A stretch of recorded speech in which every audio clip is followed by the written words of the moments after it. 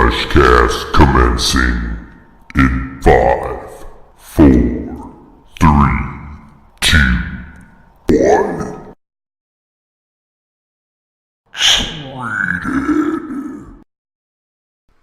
What's up, everybody? It's Chris from the BrahjCast bringing you episode number 9, Flyin solo today because nobody wanted to come into the studio and talk to a motherfucker. I get it. It is what it is. Lying. Everybody's just busy. It's the holidays. Got Thanksgiving and Christmas coming up, so it's cool. Whatever, though. You got me for an hour. We're talking UFC 218. We got WWE Survivor Series. Talking new TV shows, movies, music, whatever the fuck you want to say. It's all good. Fuck it. Let's just start the show. And now, this is the moment BrahjCast fans listening around the world have been waiting for. Live from the BrahjCast studios in Maisomanie, Wisconsin, it's time! 1 hour of mind-blowing conversation for the podcasting championship of the world. Introducing first, casting out of his office corner, he is a Jiu-Jitsu Grandmaster and a black belt at Knowledge Bomb University, boasting a perfect podcasting record of 420 wins with 0 losses. He stands at 5 feet 11 inches tall, weighing in at 180 1/2 pounds, fighting at a Maisomanie, Wisconsin. Introducing the reigning, defending, podcasting champion of the world, the BrahjCast's very own Christopher Michael Karowitz.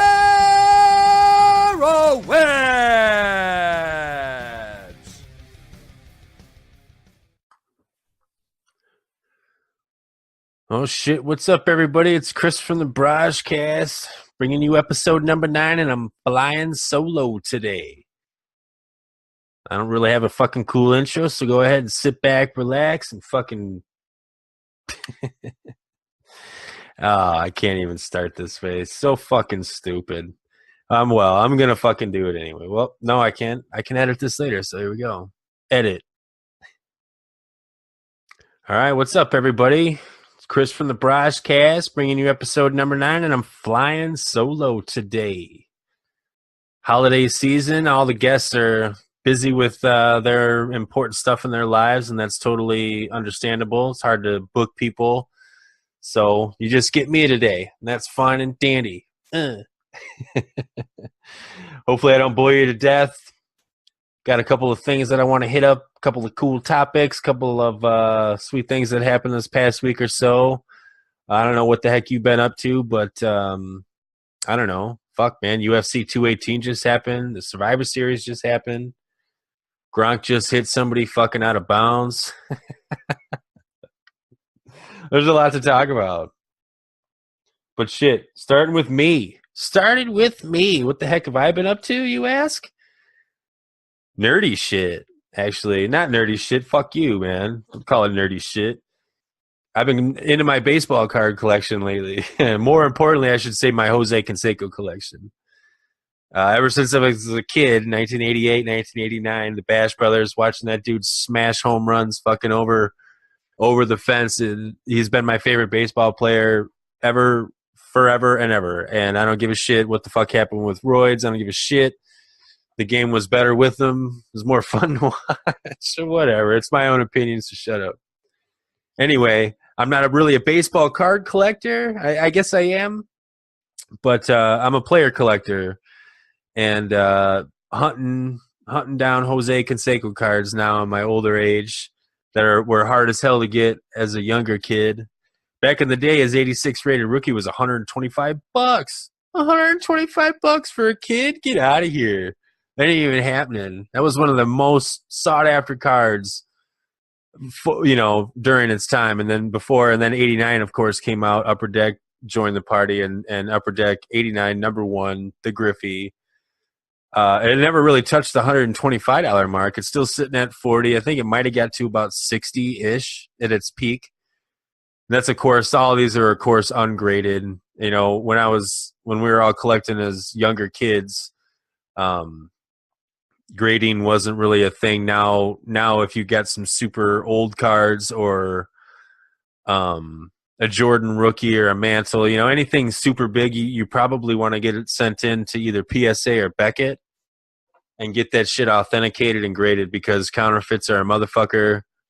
Jordan counterfeits are all over. You got to get that shit graded nowadays. No one's going to pay you top dollar or even Beckett value probably for an ungraded Jordan rookie, because of the fact that counterfeiting is so easy on those low-tech cards. I can print that shit off on my computer nowadays. The cards nowadays are ridiculous. Ridiculous. I've been just getting back into it, and cards were $2 a pack back in the day, and that was high end. I'm still tripping on $5 a pack for me, but I'm watching these dudes, all right, not knowing how much it was. Here's how much of a nerd I am. When I can't crack packs, because I'm a Jose Canseco collector, I like to buy the singles, but I also will crack some packs. I'll buy a box here and there and try to get some packs. If I know there's a Canseco to be gotten, if he's got an autograph in that set, or, obviously his base cards and the parallels. So I'll crack some packs, hunt down the Cansecos, and if I get a sweet-ass something else on the side, a Chris Bryant auto or a Jeter auto, whatever, I'll take it. I forget what the fuck. Oh, okay. So I like to crack my packs, but when I don't have any packs to crack and I just got a little bit of time, you know what? I'll hop on YouTube and watch other people crack some packs. And I watched this one guy open these cards. So I started this video. He has a box, like a fucking box, cardboard box in the mail. Opens it up. It's Topps Dynasty 2017. And I had no idea what it is, what it was. I was just watching this dude open up his shit. He opens up the mail, the cardboard box, dumps out 5 boxes that say, 2017 Topps Dynasty. And I was like, shit, there must be a couple cards in each one of those. Wrong. He opens up one of those boxes, and it has one card nestled in this soft foam, and it's already in a top loader, like encased 1,000%. And I understand why in a second, I'll tell you. But the pack, and I called it a box. The box that had 5 boxes, well, this box is actually a pack because it only has one fucking card in it. And they open them up, and it has this foam in front of it, so he'll have it in front of the camera, and he'll slide it over to the left, and he's seeing it just for the first time, like we are and shit. And I watched him open a couple of those, and they're beautiful cards. Don't get me wrong; these things are 180 point, which is like 6 normal cards thick. They all have really nice jerseys. Patches, really nice, like pieces of the logos and shit, like a guaranteed very nice piece of the patch. They're autographed on card, which is a big deal, because there's either on card autographs you can get, or you can get your card with an autograph on it, but the autograph is on like a sticker that says Top Certified, like Jose Canseco sat and signed like 500 of these stickers, in one point, so then they can just, peel them off and use them in the future. So these cards are all on-card autographed, limited to like 25 to 10 or of 5, and there's even a few one-of-ones.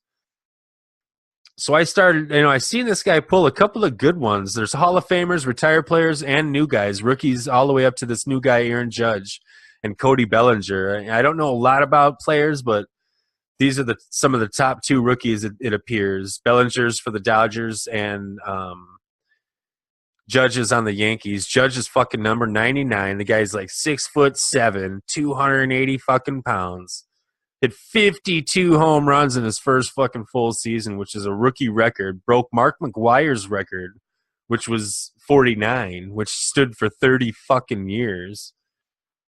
So you can get his cards, and then you can get all the way up to fucking like Sandy Koufax out. I mean, it's crazy. It's crazy. So curiosity got me, and I jumped online. I watched him open up a couple. Didn't see him pull a Judge or anything too crazy, but he had very nice cards nonetheless. I jump on, type in eBay 2017 Topps Dynasty. Switch that filter to the highest priced card available. Boom, it's this fucking Aaron Judge. Excuse me, guys. It's an Aaron Judge card, Topps Dynasty, 1 of 1.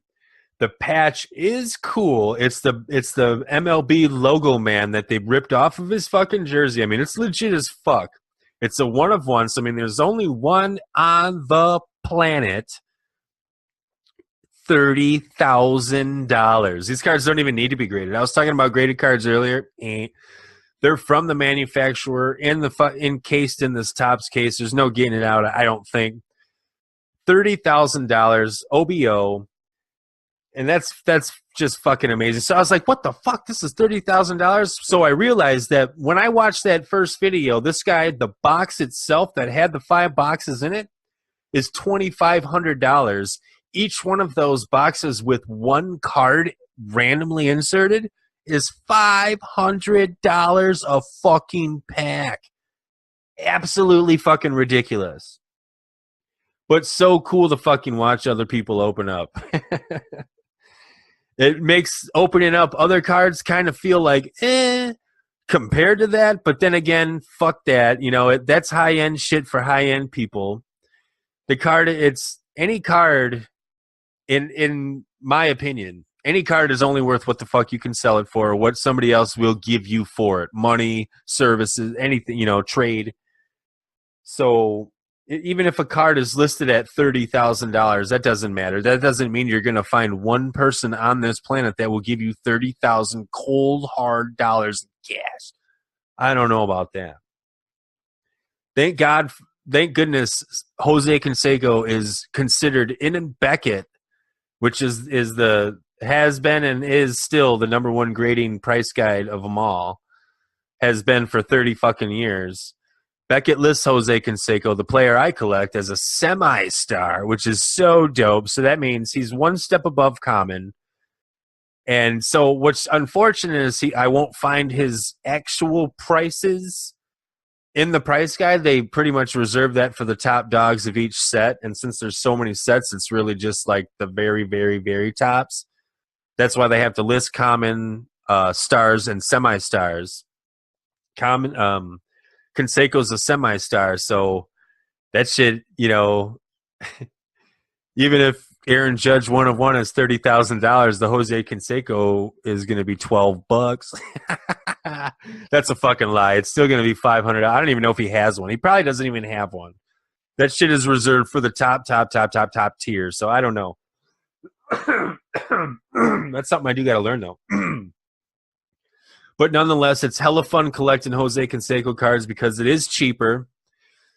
It can get expensive. There are 1 of 1s. There are top tier autographs out there.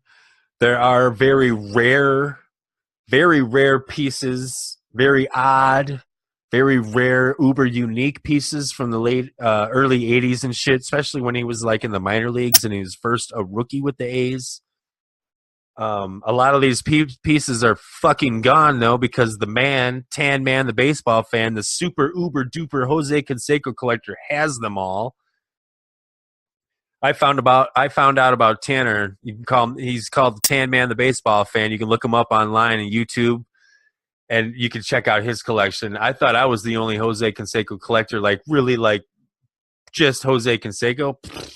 There's hundreds of us out there. That's so fucking cool. I had no idea. And the top dog, the leader of them all, is Tanner. This guy, Tan Man, the baseball. His collection is absolutely fucking ridiculous. It's so fucking cool. It's everything that I want. He has been collecting straight up, I believe, for like 20 plus years. So I mean, he's got a great collection. He's been featured in Beckett. He's got articles written by Topps about him. He's been to Canseco's house, had him autograph tons of shit. He makes his own fucking cool ass custom cards, dude. It's amazing. You should check out his website. He has a lot of cool stuff. But what really got me was while watching his videos, he'll show me this fucking like this 1988 Donruss Canseco, which had 10 billion produced. But he's like, but check this out. I have got 6 in a row here. He'll show me 6 in a row that all look the fucking same, but there's like these minor little variations. Whether or not it's a variation on the design on the front, a splatter, or some weird lines or some shit that are just in different spots than the original spot that they should be. Or on the back, there'll be lots of periods. When you abbreviate the word ink, INC period, or led the league is there's asterisks all over. If a player led the league that year in home runs, we'll say Jose did it in 1988 with 44 home runs and 42 stolen bases. So there'll be like doubles of those dots or those little asterisks and shit. And these are little itty bitty these are variations on the card, but I had no idea. So what was so fucking cool was to listen to this dude tell me the coolest stories about how and why this is a variation of a card. Why this one card was on the back of a Kraft macaroni box, why this one in my left hand has a white background and why this one has a fucking normal cardboard box looking background. Boom, whole story about that. Like, it's so fucking cool. Makes my collection look like nothing, and my knowledge of Jose Canseco makes it look like nothing. But my shit is awesome and my knowledge is amazing. But what it is he shows me what I can be and what my collection can be and what my knowledge can be of these very cool, very obscure, rare things that I'm going to hunt for the rest of my life, which is so fucking cool. But thank goodness, again, Jose Canseco is only a $30,000 card. I'm hearing all sorts of fucking noises outside my studio. Is anybody here? All right, guess not. But yeah, again, a cheap hobby too. I don't collect LeBron James. I'll collect some Jordans, but again, they're like these Jordan cards that I like from when I was a kid, and they're cool poses, and they're mainly like the 90, 91, 92, 93 upper deck ones, and I can score those for $1 or $2 all day long. But if I collected like LeBron James, I'm talking $20, $30, $40 a card minimum. And no one wants to, I don't want to find one card every other month because I'm not going to blow, my whole wad, all my money and try to, get divorced over this shit. I'd rather buy 40 Jose Canseco cards for $40 than one card for $40. But that's just me, and that's how I collect, and that's why this shit is so fucking fun and why I can find so much love and fun in it, where other people are just do it for the money. And I get that you do whatever the fuck you want to do.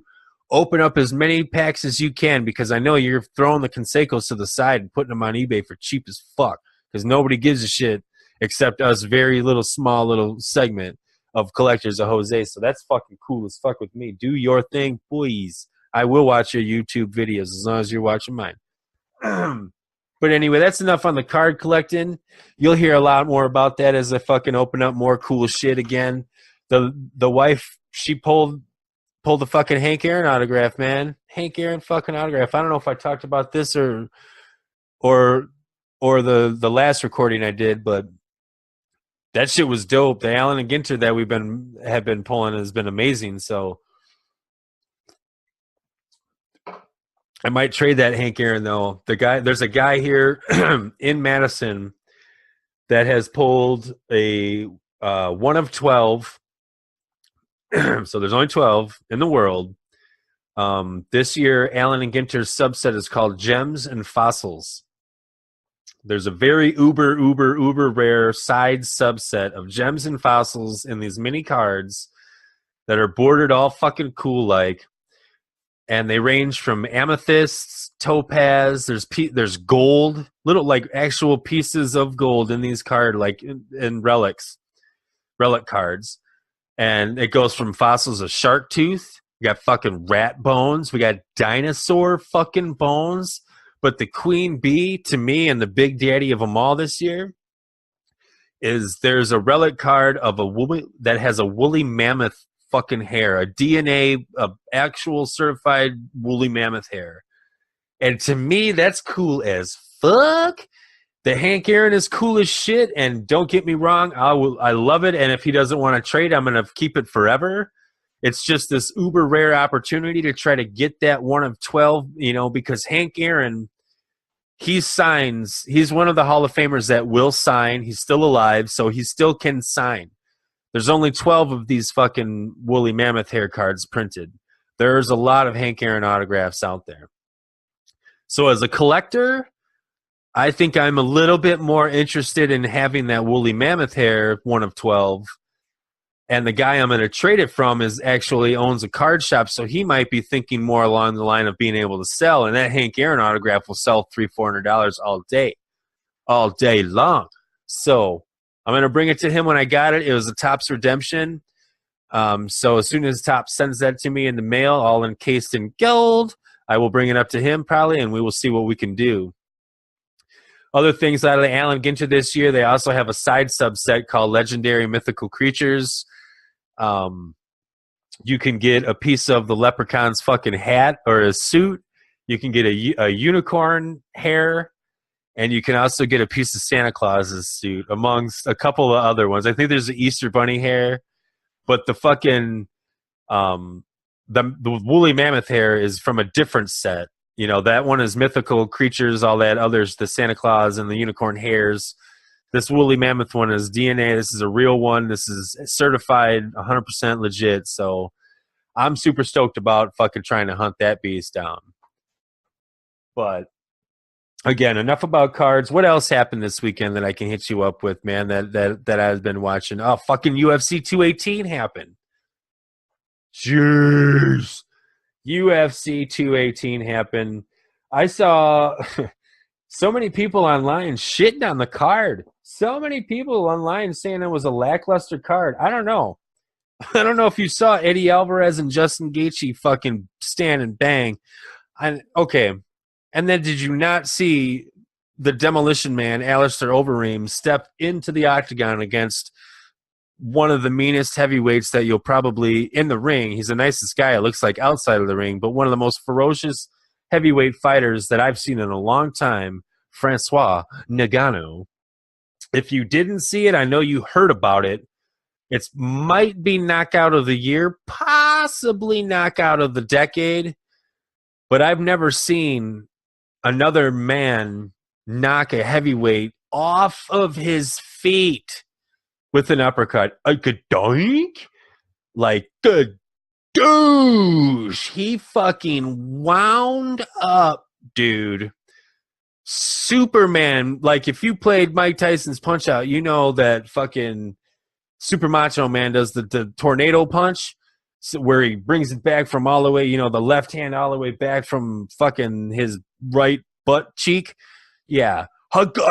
Douche. That's what this man did. He brought a sledgehammer across Overeem's chin, uppercutted his chin with that thing and took him off of his feet.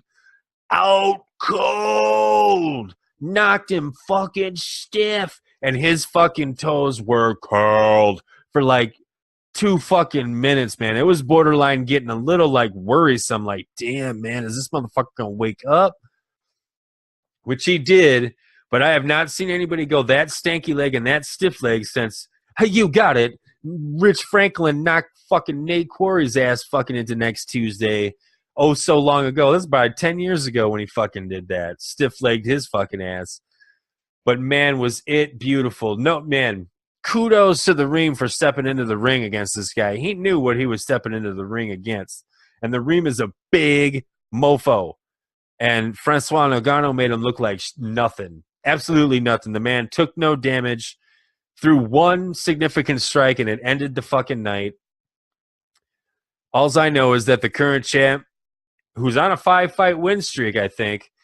Stipe Miocic was at home in Cleveland watching that like, damn, because he's got him next. Guaranteed Ngannou is fighting Miocic next. That's going to probably happen within 4 to 5 months. That's going to be fucking ridiculous. I have to give it to fucking Ngannou. Bream is one of the most decorated, most technical strikers in the world on this planet.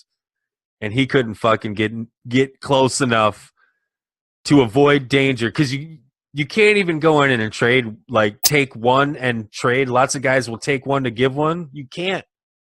I promise you, no man on earth could have taken that punch. The way this man threw it, with the whole body twisted shit, no man on earth could have taken that punch and not woke up 2 minutes later saying, 5 more minutes, Mom. I'll be up in 5 more minutes. No. He would have knocked out a fucking horse, a bull.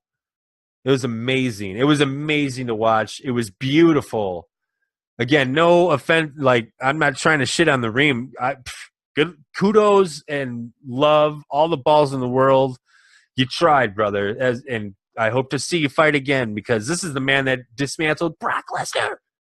This man took down Brock Lesnar, guaranteed, with one well-placed knee to a man with kidney problems or intestinal problems, but still made Brock say, fucking, I'm done. I'm done. And then this other man just shut him down like that. Damn. Francois Ngannou. I'm telling you, Francis Ngannou, however you say it, this guy is the man. The future at heavyweight, at least for the next 2 years or so. And that was only the co-main event. The main event was supposed to be Max Holloway versus Frankie Edgar, but Edgar got hurt, so Aldo stepped up, and it was Holloway Aldo 2. That was a fucking barn burner. Absolute barn burner, but Max Holloway fucking finished him. He got him. It was so awesome. I can't remember off the top of my head if he finished him or if it went to a decision. I think he finished him. Man, I can't remember. I know Holloway wins it. It was a great, great fucking fight. What it got me thinking about, man, blessed. This is the blessed era, that's for sure. It was enjoyable to watch the whole pre-fight week. All of his interviews were great. Holloway was fun to watch, and even though he wasn't really talking shit about his opponent, he was just having fun, but having fun in a way that just got me to want to watch. I don't know how, it's hard to explain, but he's got a special skill on the mic.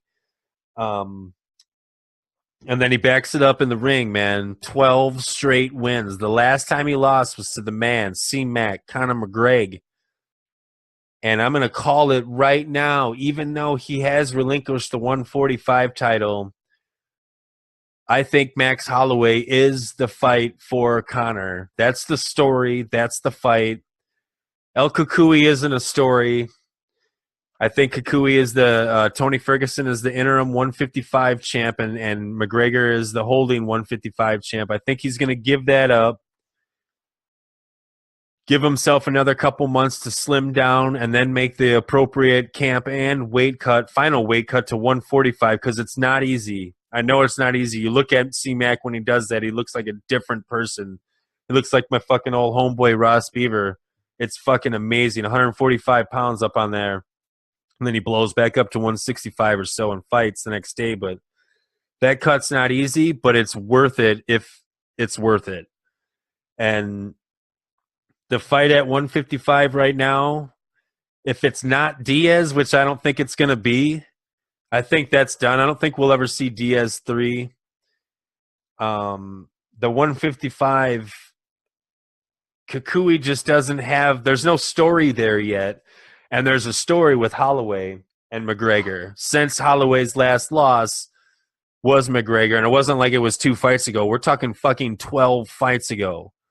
So there's a big story there. Ripped off a loss to the fucking pretty much the eventual 2-time champ. And since then, learned from it and destroyed 12 straight people in your path to get back to this fucking avenge this loss and really turn it into the blessed era. So if Holloway does it right, I think that will be it. That's a fucking $10 million fight. Easily. Whoever McGregor signs on this line, As long as it's soon, he can't fucking let go too far. He can't sit too long. If he's gonna come back, he's got to come back semi soon. And right now, the story is Max Blessed Holloway. So that's my guess. That's my prediction. The whole card was fucking amazing. Watterson, the girl fight, that was fucking great.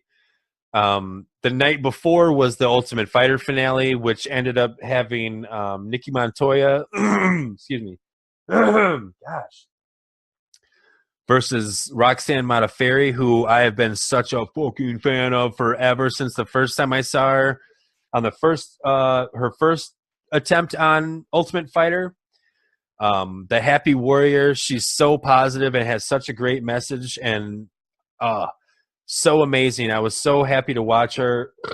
Excuse me. No disrespect, Roxy, to burp while I'm talking about you. I'm just drinking a soda on the side. I apologize. Because I know I reached out to you to try to get you on the podcast, so I'm so sorry. But no shit. Hella big fan. Have always been. Have followed you ever since I first saw you. Saw Roxanne the first time. And it was so great to see her be able to come back. She was a number 1 seed. She didn't make it to the final, but she dismantled her first 2 opponents. And she did get an invitation to the finale to fight for the inaugural title. Because the woman who defeated her could not make weight. And she struggled all 3 times when she was trying to make weight. It's just not her division. And which brings me to another point. You can't call yourself this chick cutting fucking 30 goddamn pounds to fight chicks half the size of her. You can't call yourself the queen of 125 if you walk around at 155 pounds, stupid. I dare you to fight somebody at 155 pounds, then call yourself the queen of 155, stupid. I fucking hate that. I hate weight cuts. As much as I just was talking about Conor having to cut down to 145, it is what it is. But I hate when people will cut 30 fucking pounds to fight someone who doesn't cut that much weight and then like run your mouth and call yourself the king or queen of that division. It's fucked up. We need to see more people fucking fighting at their true weight, 5 pounds cut. That way we get them longer. We get more longevity out of those fighters. We see them more healthier the night after that weigh-in. You know, we pay $60 fucking bucks to watch these guys fight, and they were damn near dead a day ago. And now I want to watch them fight. Do you think they're 100% because they got their fluids back in them? Fuck you. I don't think so. But nonetheless, I'm not shitting on anybody. UFC 218 was awesome. 219 is going to be just as fucking cool. There's so many fucking UFC events. I don't even know. I know there's another fight night coming up this next weekend. There's an event every fucking weekend, it seems. It's a little bit overwhelming to the point to where I really don't know 70% of the fighters on the roster, which then I find myself semi-fast forwarding through their fights if I'm watching it at a later date. But you know, it is what it is. UFC is going to do what it's got to do. I'm just happy that I'm in the era that there's enough MMA content that I can watch new shit all the time, learn and see awesome techniques. So whatever. If I'm complaining, I'm a douchebag for complaining, because lucky me for being able to see all this shit basically for fucking like free almost. You know what I'm saying? You pay once every month for a pay-per-view, but there's all sorts of free shit everywhere else all over the place. So whatever. Thank you. So, you know, UFC is what it is, but I also am a grown-ass motherfucking man that was also a teenager at one time that fell in love with fucking wrestling and the NWO for life. So I've been kind of getting back into the WWE as well. Want to have more shit to fucking talk to people about. You know, some of my friends around here, they're into that still. And if I don't know shit about it, I don't have anything, you know, I want to have some cool shit to kind of start off a conversation with, you know. So, and I like wrestling. So I kind of got back into it, and it was hard at first because when you go from watching just straight legit fighting and jiu-jitsu competitions to obviously, the soap opera and the staged atmosphere, the bumps and the bruises and everything like that, that shit is legit and it is real. I'm not taking away from any of that. But when I see Brock Lesnar fucking not beat the living shit out of this fucking guy half his size, when I see him throw lunchboxes at Frank Mir's face, it's weird. But, it is what it is. It's weird at first, and just like any show, once you start picking up a little of the storyline, and then you tune in next week, and you get more of the storyline, you just kind of get brought back into it. And I joined back up. I guess I don't want to say faithfully, but it's on twice a week, and I'll watch it in the background while I'm studying for this or doing some other, for the podcast, or I'm doing other work, promo stuff, and creating art and all that stuff. It was the build up to the Survivor Series, which was the one time of the year that the Raw brand and the fucking SmackDown brand go head to head in direct competition, blah, blah, blah. I heard that statement 10,000 times because what the WWE is just this big fucking, just like the king of these one-liners. They just repeat everything until it's engraved in your brain and you just have to watch. That's the fucking key. And they also tug at your heartstrings and get you. It is what it is. It's a male soap opera because I fucking cry. I cry at some points. Not in the action, obviously, but some of these stories are real. These men and women are real entertainers that are on the road for fucking 90% of the year. Think about that. 90% of the fucking year you're on the road.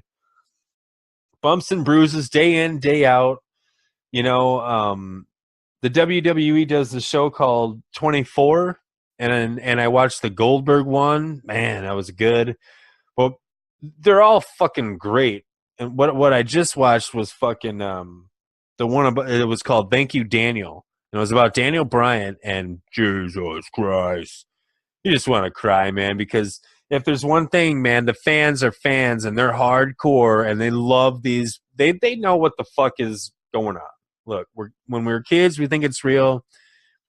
We think Santa Claus is real, but when we're older, if we still are into it, we're still into it hardcore. So, but we know what it is. But we know what they're doing. We know what they put on the line day in and day out, and we appreciate what they do for our entertainment. And to watch this crowd, not even in his farewell, just to follow the whole Daniel Bryant yes movement was fucking cool, man. To be able to command 70,000 people and just throw your arms up and point your fingers in the air 1, 2, 3 times and scream yes, and the whole crowd does it too. We're talking more than The Rock and Austin. You get people cheering during Rock and Austin, but they don't. Maybe they said his one-liners, when The Rock said his one-liners, if you smell, everybody did it. But I'm talking everybody physically moving in unison. It is amazing. It is absolutely amazing. But then to watch his story, unfortunately, with neck injuries and whatnot, having to retire, and then, coming out on Raw and retiring in front of what was basically his hometown crowd, and watching the reception that he got from them people. It was fucking cool, man. But I was crying. But whatever. I cry at MasterChef. I cry anywhere because I'm ultra sensitive to people fucking doing cool ass shit or putting their shit on the line or risking it all. I'm ultra sensitive to that shit, and that's why it brings tears to my eyes to see fucking human beings doing shit like that, taking shit to the extreme, to the pinnacle of fucking what we can do and shit like that. It's fucking awesome. So, but the Survivor Series was what it is. The build-up was cool. The event itself was all right. I'm not one to watch a 5-on-5 match. I think that for me, it's just a little boring. But what it did was give me an opportunity to become more familiar with this fucking wrestler, Finn Balor. Fuck yeah, motherfucker. If you know what the fuck I'm talking about, you just threw your hands up like, hell yeah. So Finn Balor is this shit, but what I didn't know is that Finn Balor will also come out as the demon, and it was so fucking cool. It was so fucking cool. I was just this fucking 37-year-old man geeking when this dude comes out. Legit paint, legit fucking costume, legit theatrics. The music is on point. I don't know, man. Super fucking cool. And I guarantee you, if you ever watched any bit of wrestling and never had any fun doing it, you watch Finn Balor come out as the demon, and when he does his fucking throws the arms up and whoo, when the lights go on, shit, you will throw your arms up the next time because it is so fucking enchanting. It's so fucking cool. Oh my God, I got this big ass smile on my fucking face just thinking about this shit. It's just so fucking cool. 60% of fucking wrestling is the entrances and your gimmick and your look. 35% of your mic skills. No. Let me do that backwards. Okay, 45% is your image and your entrance. Your entrance has to pop. When your fucking music hits and the lights go down or go up, they call it pop. The people need to erupt because they know what the fuck is coming, and it's you, and you're gonna deliver what the fuck they want, why they paid money to come here, to say your taglines, to hit your moves, everything. You have to have that pop or you ain't gonna last. And watching fucking Finn Balor coming out with his shit was so fucking dope. I forgot what the fuck I was talking about. Shit. Entrances. Oh, it was 45% entrances and fucking 45% mic skills. And then 10% ring ability. I truly believe that, man. You'll get the ring ability later, but they will, if you don't have it, but you pop still so much and you sell so hard, they will fucking get you over. A la the Ultimate Warrior, who was the king of having the same match over and over. He had 3 moves, I think. You know, a la fucking Bill Goldberg. As awesome as it was to watch, he didn't have a plethora of tools in the old fucking arsenal.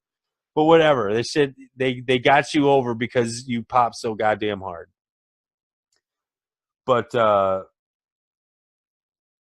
you could be like The Rock and have 100% of everything. When Rock's music hits, everybody goes bananas. When Rock is on the mic, everybody goes bananas. And when Rock is in the ring, everybody goes bananas. And that's what Finn Balor has. Besides AJ Styles, I think Finn Balor is one of the top in-ring performers right now. From what I've seen on a limited little schedule here for about a month now, one of the top in-ring performers. He's no Flair. You know, nobody has a Flair flop and those classic toss me into the ropes, go up and under, and then walk on the fucking side rope there so you can clothesline me off and shit, off the apron. No cool moves like that. Flair also had the eye poke. The fucking the low blow, and then when you turned around, he'd drop on his knees and say no, and then get up and eye poke you. Oh shit, no pop like that, but it is what it is, man. Hey, and you know what? Speaking of Flair, if you haven't watched the 30 for 30 on Flair, check that out, man. 30-30s are so fucking cool. Anyway, if you like them, you know what I'm talking about. If you watch them, then you're obviously into sports and you like that sort of reporting. But you know, ESPN is so deep and they do some cool ass shit. They have such awesome footage, and the 30 for 30 for Flair is so cool, so cool.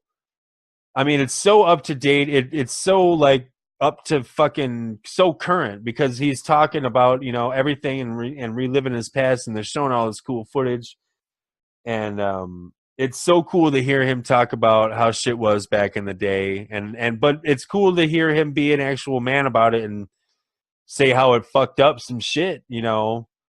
And you know, not spoiler alert, but the man was on the road for 40 fucking years. 40 years! On the road for 40 years, and he had fucking a couple of kids. Unfortunately, one committed, you know, took his own life and trying to live up to dad's shadow, or, you know, whatever that is you call that. And what's cool though now is his daughter, Charlotte Flair, is the fucking women's champ. She's a wrestler. I don't think that was like her thing from the beginning. based on that 30 for 30, she says something like that. You know, she really wasn't. That wasn't her childhood dream, but slowly it became something. And Flair was famous for the figure four, so she pops on the figure eight, which is dope as fuck. But that's cool to fucking see. Check that out, man. Check it out if you're into this or anything that I'm into, wrestling, and if you like the sports, it's worth the fucking hour long watch, man. The 30 for 30 on Flair. It's called Nature Boy. It's Nature Boy. It's the latest one out. You got to check that shit out and let me know what you think. I think that you'll enjoy it. The one before that too. Oh man, the one before the Nature Boy that aired was called Tommy. And that one was about fucking Tommy the Duke Morrison. Man. He came out, you know, all the Rocky Five and Tommy Morrison's popularity. That was all like when I was like 12, 13, 14, that age. So I really wasn't into boxing. I was still, you know, going to be in the major leagues. And, but I knew the story-ish, but that was all pre-internet, you know, mid-90s is pre-internet. It's not like you're getting all this information. There's not, you know, smart TVs with YouTube and all this, you know, can't get all this story about Tommy Morrison. So you'd get little blips here and there. Saw him on Rocky Five. I was like, oh, wow, he's legit. Didn't hear from him much more. I think he had a run at the title. Possibly, maybe blew it. I can't remember again off the top of my head, but and then boom, AIDS. Tommy Morrison booted out of boxing, AIDS. And for me, that's where the story stopped because again, pre-internet, and I'm fucking like a young teen that's not really into boxing anymore or at all. So, I didn't really hear much else. Didn't know how his life went. He's bagging groceries, has a tire shop. If his parents are rich, so it didn't really matter. I didn't know anything until I saw this fucking 30 for 30 Tommy. I was like, oh, dope.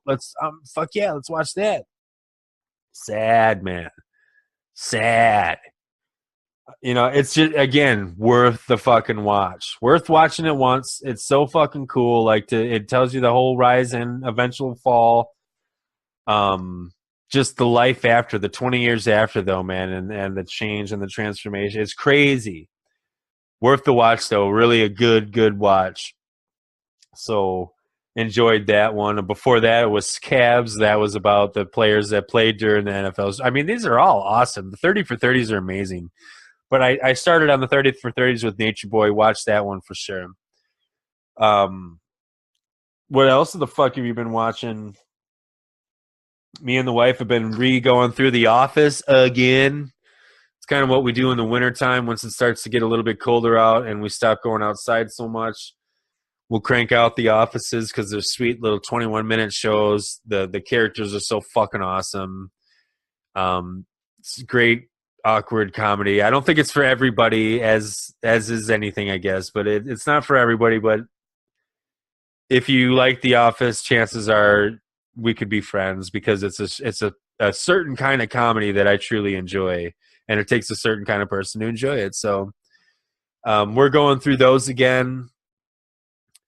We're at the part where fucking the love story between Jim and Pam is so awesome. Amongst all the storylines that are going on, we're pretty much Jim is back from his first transfer from Stanford.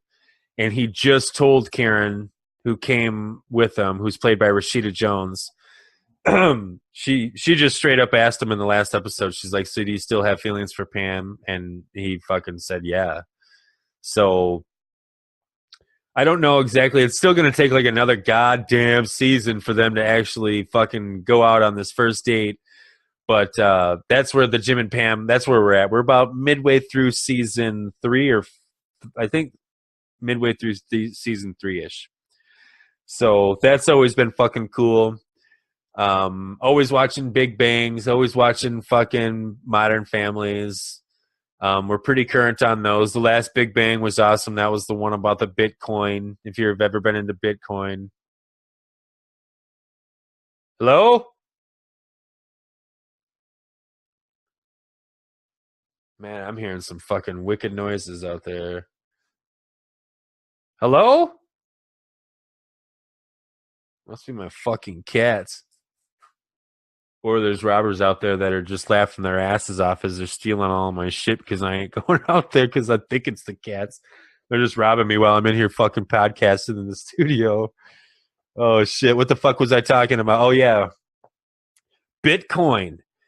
That's something I'd like to get somebody on here. Any of you listeners, any of you listeners, listen to me. Any of my awesome, amazing listeners know anything about Bitcoin and want to talk about it on here? Get a hold of me and let's do that. I want to know. I want to get myself into the know of this conversation. I'm interested to know anything that you might have any ideas or whatever. I just want to talk about it. So that's your homework. Anybody, if you know anybody that is into it, that has mind for them, that has them already, let me know. I want to fucking talk to. So the boys mined for some but couldn't find it. Blah blah blah. It was a good episode nonetheless. Current on Gold Rush. That's my shit. That's my outdoor show. Todd Hoffman's a freaking douche. He's freaking trying to freaking get freaking 5,000 freaking ounces of freaking gold, and he ain't gonna freaking do it. He's gonna get smashed again by Parker Schnabel, who I've been watching that kid mine for gold for like 8 seasons now, which is like 8 years. So ever since he was like a 15-year-old kid. He was a little dick back then, and he's still a dick now, but he's cool as fuck for some reason. And then Tony Beats, of course, he's on that show as well. The other crew that's out there mining for gold in the Yukon. Tony Beats has got the dredge finally going, so he's back fucking mining, doing 300-ounce cleanups like they ain't shit. But, yeah, other than that, we watch a couple documentaries here and there. The next time I talk to you, hopefully I will have watched a documentary that me and the wife have been wanting to see. It's called Jim and Andy. Hopefully some of you are nodding and saying, yes, motherfucker, watch that shit. It's dope. Learn about it, I love documentaries. This is a documentary that is like 20 years in the making. If I get it, if I'm correct, when he played in his role for the movie Man on the Moon, he played the actor or comedian, the comedian Andy Kaufman. And I think he stayed in character for quite a while afterwards and really took it overboard and went crazy with it. And that had a reasoning, as a variable of why Jim Carrey is the way he is and was the way he was for that period of time after his, massive rise to fame. Jim Carrey was on top. Everything he did was basically gold. And then after fucking Andy Kaufman, he kind of didn't hear a lot, this other shit happened. So whatever. Sorry, I got the hiccups here. This documentary is about that section in his life of time, a couple of years there where he fucking did all that. And I'm very interested in knowing what the hell that's all about. So I want to check that out. And also, shit, man, listen to me talking about shows like I'm some fucking school kid, some school girl. But Netflix has also got this fucking show on there. Not a show. I think it's just this documentary, a one-time hour-and-a-half thing. It's called Voyeur. Okay? Fucking A. This is a true story. They're interviewing this guy. This guy builds this hotel out in like off of some highway.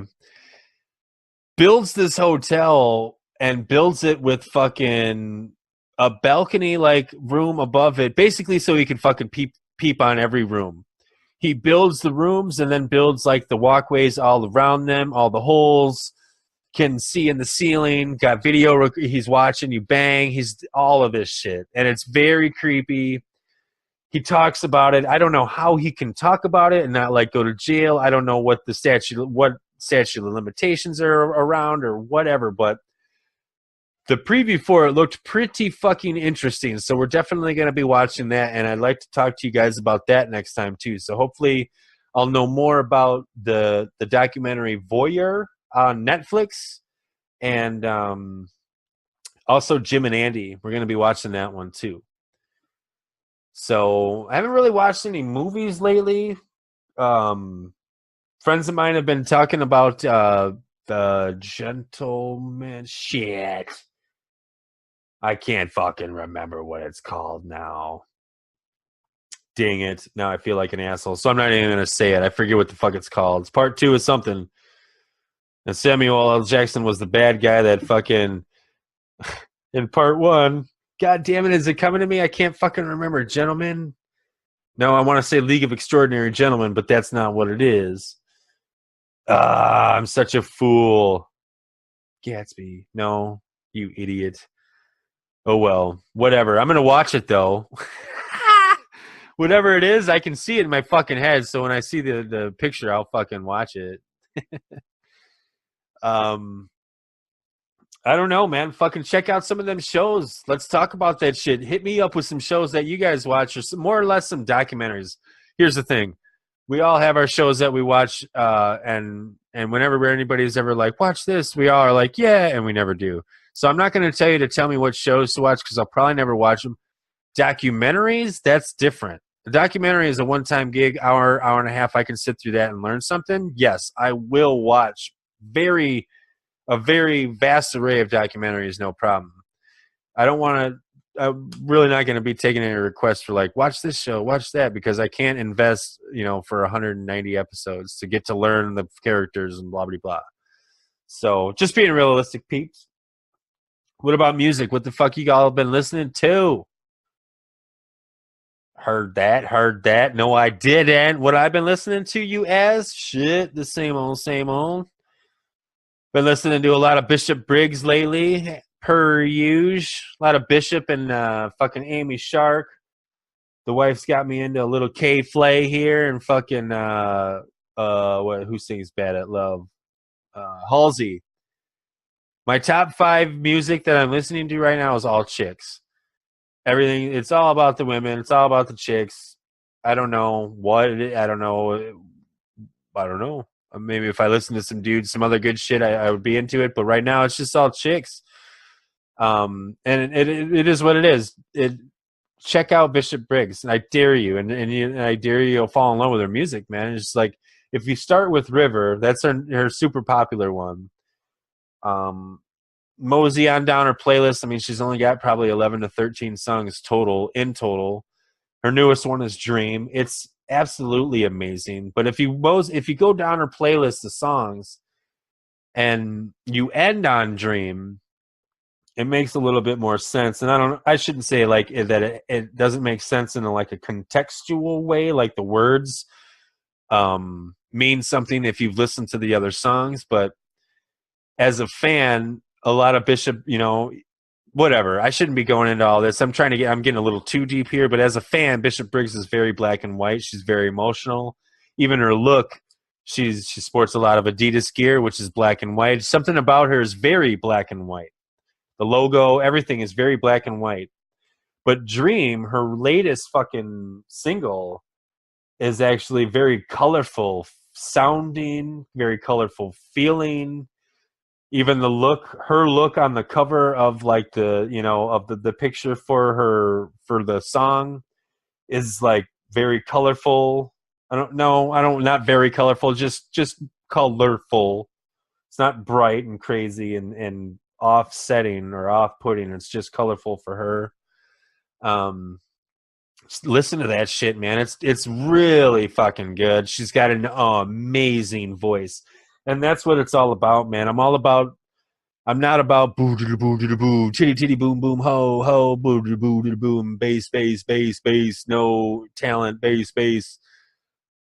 I shouldn't say that because I like dubstep and shit like that, and that is basically not singing, but I do like to hear some talented singers, and she is a super fucking talented singer. She's like got this Adele status. And you might be like, oh, what are you fucking talking about, Adele status? I'm telling you, Adele status. Chelsea from Shade, Shaed, Adele status. These women have voices that will blow your fucking mind. And when you see them live, amazing. So fucking awesome. So fucking amazing.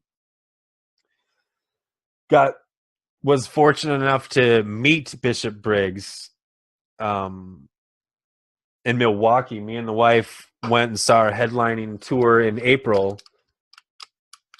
She headlined with Shade and Manatee Commune, who are awesome. Manatee Commune, I thought was some guy that was gonna fucking come out and rearrange the chords for the band. This dude comes out. I'm like, who's this fucking guy? And he like looks at me and hits some button on his little thing, and boom, super bass, and he just killed it with his fucking dubstep set. I shouldn't say just dubstep because he also cranked out live instruments, violins, like fucking I don't know. It was amazing. Very talented dude. And then Shade came on. Chelsea, the lead singer, two twin dudes that are on bass and keyboards behind her. Fucking amazing band, amazing talent, amazing voice. The chick just blew my mind. As soon as she came out and belted out her first fucking song, I was like, what? What? Downloaded all her shit from iTunes immediately or wherever and just fucking supported the fuck out of her ever since. Have seen her twice since, or saw the band Shade twice since. Have met her in person since. Just real big fan, man. Bishop was amazing live. Meeting her in person was fucking cool. The most down-to-earth, nicest person you can meet. I'm 37, she's probably 25, and I'm freaking out. I'm a 37-year-old gray-haired man fucking freaking out about meeting this fucking young fucking chick, but she's just done so much and has such good talent. I just respected it so much. It's so fucking cool. If you do listen to fucking if you look her up, check out her version of Panda. You'll like it, dude. It's slow as shit, but if you bump it up, listen to it the first time on normal and then bump it up 1.25 the speed, it sounds even cooler. Man, there's so much cool shit with Bishop and Shade. I could talk for days, but I don't know. I'm going to get them on the podcast. That's my goal. But while they're not on tour, I need to get them on the podcast to talk about the whole tour process, the whole process of making an EP or an LP or just creating a song in the studio. I want to know where their studios are. I want to know it all. So Bishop, Chelsea from Shade, if you're listening, Amy Shark, if you're listening, come on the BrahjCast. We need to talk. We need to fucking hook up. We need to fucking swap stories. I want to know it all. Speaking of upcoming guests, we're just setting up a date. Like I said, this is fucking holiday season. People are scrambling. It's understandable. You might have me for the next 2 weeks straight. Who knows?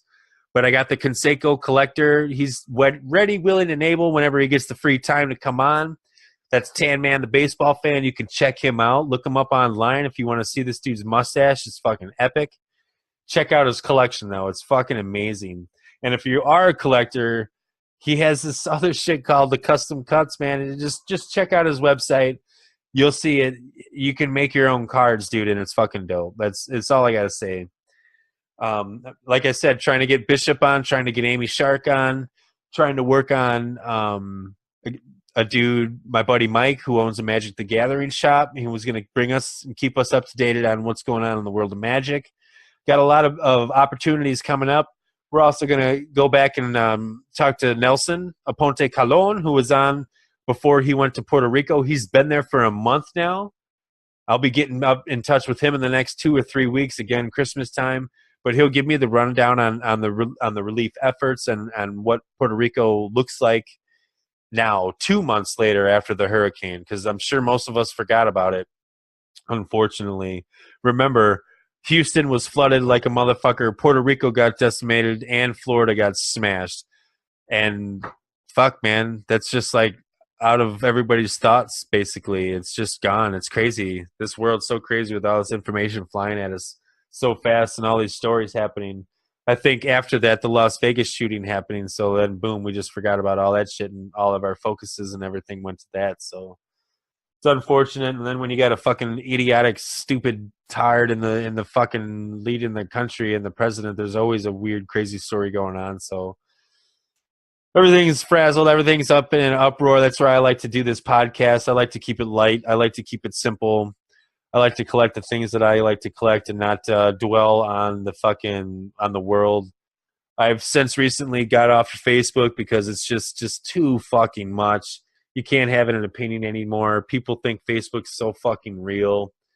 You got to remember that Facebook is just an app, and it's a free app. The only reason it's free is because they're monitoring anything and everything that you do on there. That's the only reason it's free, people. So when you get this fucking thing that says, hey, let's have fun, I copy and paste it to your profile. Answer these questions. Let me tell you something. Okay, now I'm like chastising and scolding. Let me just offer up some advice from a graduate in marketing. Okay, I have a degree in marketing. I know that information is power. It's big data. Why do you think Google is rich? Why do you think Google is rich? All they are a fucking search bar. Why does Google have bajillions of dollars then if it's just a search bar? Yes, it's because what you're searching, they're selling, stupid. Okay? And you might think, oh, well, fucking A, just why do they want me? Well, they want you. Trust me, because your information's valuable. They're going to try to predict what you want based on your searches, and they're going to try to hit you up with the right ads, blah, blah, blah, blah, blah. It's all about that. Whatever. Big data is big data, but you're going to see these fucking things on Facebook amongst many other scams. But you'll see these things that are like, oh, let's take a survey, or not a survey, let's answer some questions. Favorite food, favorite hobby, what street did you grow up in, and favorite color, where did you go to school, who's the name of your 6th grade teacher, 20 questions, now copy and paste and don't fucking blah, blah, blah. Okay, please understand that if you do 10 of those are all phishing questions. phishing, phishing. We're fishing, hunting down fucking your information to try to get. Those are answers that are like security question answers. You know, back in the day, it used to be, what's your mother's maiden name? Well, now that's so easy to get that it's like, what was your 6th grade teacher's name? What was the street you grew up on, you know, when you were 12? So odds are, your information, your name and your number and your email is so easy to get. Just to get your security questions, all you got to do is pop on Facebook, macro out a few programs to send out all through all these fake existing accounts, and then just get all that information back to you. Plug them in, and if they work, they don't. The odds are they're going to find enough answers to make them work, and they're going to steal your information. Whatever. I said all that to just let you know that fucking Facebook is fake, all right? It's not real. It's an app. APP. It's an application that takes everything you have, all your pictures. It's watching your children grow up. Okay? Facebook started 10, 12 years ago, whatever, X amount of years ago. You had your kid, and as a baby, you had your baby bumps since that kid was in your tummy up until last night. The photo you took yesterday. Facebook, Google, and anybody else who fucking wants to know knows everything about you and your kids. Okay? It's supposed to be like, oh, let's keep in touch with like family that's out of town. Not people you see at fucking work every day and this and that. And, you know, it's just turned into something that I think we've forgotten what it is, and we've thought that Facebook is just a piece of hardware or a piece of your phone or a piece of you, and it's not. Facebook is just a fucking app. And what I'm noticing now that I've completely deleted it off of my phone and off of my fucking tablet, I don't have access to it, I feel so much fucking better, man, because I don't know about, I don't have to see all this stupid hate, this stupid filth, this stupid religious shit. Anything that I feel is just like I don't want to see, I don't have to fucking see it because it's not thrown in my fucking face. Because let's face it, I've talked about it before, Facebook, your Facebook page is probably 70% people you went to high school with and middle school with, and not the people you actually fucking hang out with fucking 24/7, you know, not your core crew anymore. So those are just random people out there basically that you have this one basic connection with. and you got to see all their bullshit on your fucking wall, all the shit that they give a fuck about. Like, do you really give a shit about that? No. But it's too goddamn hard and takes too fucking long to delete fucking friends and blah, blah, blah. So we just don't. But I guarantee you, and I've said this before, if there was a hiccup, a glitch in the matrix, and everybody's Facebooks got glitched, kept your account, your photos and your videos and everything else, but lost all of your friends, you log on and your friends list says 0 and you had to start adding friends again, I guarantee you your friends list would be 20%. I'll give you 25%, a quarter of the size that it is.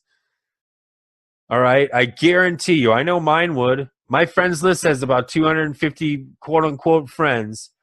I could get it down to 50 easily. I could get it down to 25 because I could give a fuck. I don't give a shit about what the fuck you're doing, man. Like, every once in a while, I want to be brought up to date, but I don't care every day. And you shouldn't fucking care what the fuck I'm doing every day, man. You shouldn't give a fuck. Go live your own goddamn life. Don't fucking worry about what the fuck I'm doing. Just listen to the BrahjCast once a week and I'll be happy. You don't need to know everything about me, and I don't need to know fucking everything about you. It makes it fucking dumb. Why the fuck do I want to know everything? When I finally run into you, I'm not going to fucking have anything to say because I see it all the time. Stupid. This fucking world, man, this fucking shit is crazy. Fucking people think so much and they got such a fucking hardcore opinion and they get so fucking butthurt about shit on fucking Facebook. WT to the motherfucking F. I don't give a fucking shit. I'm not saying that shit to your face. I would never because I'm respectable. But I'll say it on Facebook because who gives a fuck? Facebook ain't real. Facebook's for fucking venting and fucking whatever the fuck I want it to be. Whatever. I'm not dissing you. Like, if anybody takes offense to the shit that I write or the shit that I post, man, I don't know. I'm not deliberately posting it to you. If you don't like it, don't fucking follow me on Facebook. I don't give a shit. I'm not going to get hurt. I'm not going to physically feel emotional fucking loss. It's an app. Delete it. Don't fucking feel so fucking emotionally tied to an application. That's where the fucking problem is. You got to remember that you're a fucking human being, stupid. Jesus Christ. But whatever, I'm ranting on Facebook, and that's what it does. It makes me rant because everybody on Facebook fucking. I shouldn't be talking to everybody on Facebook. Lots of people on Facebook just fucking are stupid and just are stupid to me and have post shit that I don't find interesting at all. So I don't give a fuck. I don't want to fucking hear or care what the fuck you got to say. So I'm gonna probably end this solo podcast. I really enjoyed fucking doing it though, man. I think I'm gonna be doing some more solo podcasts, sort of recapping the weeks or whatnot, what happened. I enjoy talking MMA. I enjoy talking wrestling. I like update on some new shows. Listeners, you hit me up with some documentaries, and I want to talk about them. Talk about some music. You know, we can share music. I love it. That's what it's all about, man. That's what this podcast is about. It's about me learning and telling you shit that I think might be worth you checking out and learning. I'm not going to tell you to look at stupid shit. I promise you. I feel like everything that I offer up is worthwhile. And I may present it a little fucked up, and I apologize. My language is my language, but I promise you, I'm not saying the word shit, ass, or fuck to be cool. It's just as common as a word as and or the or fart. It just is what it is. I'm not trying to sound cool. It's just part of my words. Don't take any offense in that shit. It's just that maybe I'll make up more words, but then you won't really know what the fuck they mean. So if I call you a squeezeball Klokshevik, know that I'm pretty pissed off. And if I call you a mother squeeze Flaklovich, then I'm really pissed off. That sounded stupid as fuck, so it's not going to work, but whatever. I'm just trying to fucking let you know that I'm sorry if if you can't take the word fuck. or motherfucker. Like, just who cares? Say it with me right now. Fuck. Motherfuck. One more time. Fuck. Motherfuck. Who cares? Who cares? They're words. It's air. Where the fuck did bad words come from anywhere? Anyway, what the fuck is a bad word? Who cares if I say fuck? Who cares? It's a word. Are you that much of a bitch that you can't, that word, like, hits your brain waves and you can't control your brain enough to fucking put the kibosh on it? You let the brain say, hey, no, we're going into the fields department, motherfucker, and we're going to pluck all these strings here in the fields and make you butthurt. What the fuck is that? That's what that means to me, is that you're so much of a pussy, you can't fucking... I am really fucking going off now. But it's the truth. If you can't, if you take offense to it, I'm sorry. I just think that's weak. It's a word. You can take offense to, like, physical actions and like images, but this is a word, ladies and gentlemen. This is air that starts from my lungs, passes my beautiful, delicate vocal cords, and then ends up in this microphone and lands on your ears, and your ears hit your brain, and your brain interprets it. So the problem isn't me, motherfucker. It's you. Listen to that shit and just fucking tell your brain to stop fucking making you feel like a goddamn bitch. Don't be so fucking butthurt about it. It's just a word. Say it with me one last time. Fuck. Motherfuck. Who cares? I love you all. This has been the BrahjCast solo style. I'm going to hit you up with a fucking pre-recorded outro, and I'm gone, motherfuckers. I love you all. Thank you, and good night. All right, everybody, that's a wrap. That's the show. The first one I did solo. Hope you like it. Probably going to have a couple more like that coming up because, like I said, it is the holidays and peeps are busy, so is what it is. Go check out HaleySpaghetti.com if you want to read the greatest story ever written. Check out some more BrahjCasts on YouTube or iTunes. I don't know, you got any show topics or anybody cool that you want to bring on? Let me know. I'm trying to get a guy on to talk about some Bitcoin next week. That would be really gnarly. I don't know. Love you all. Thanks for making us awesome. Thanks for making us number one still. That's it. BrahjCast.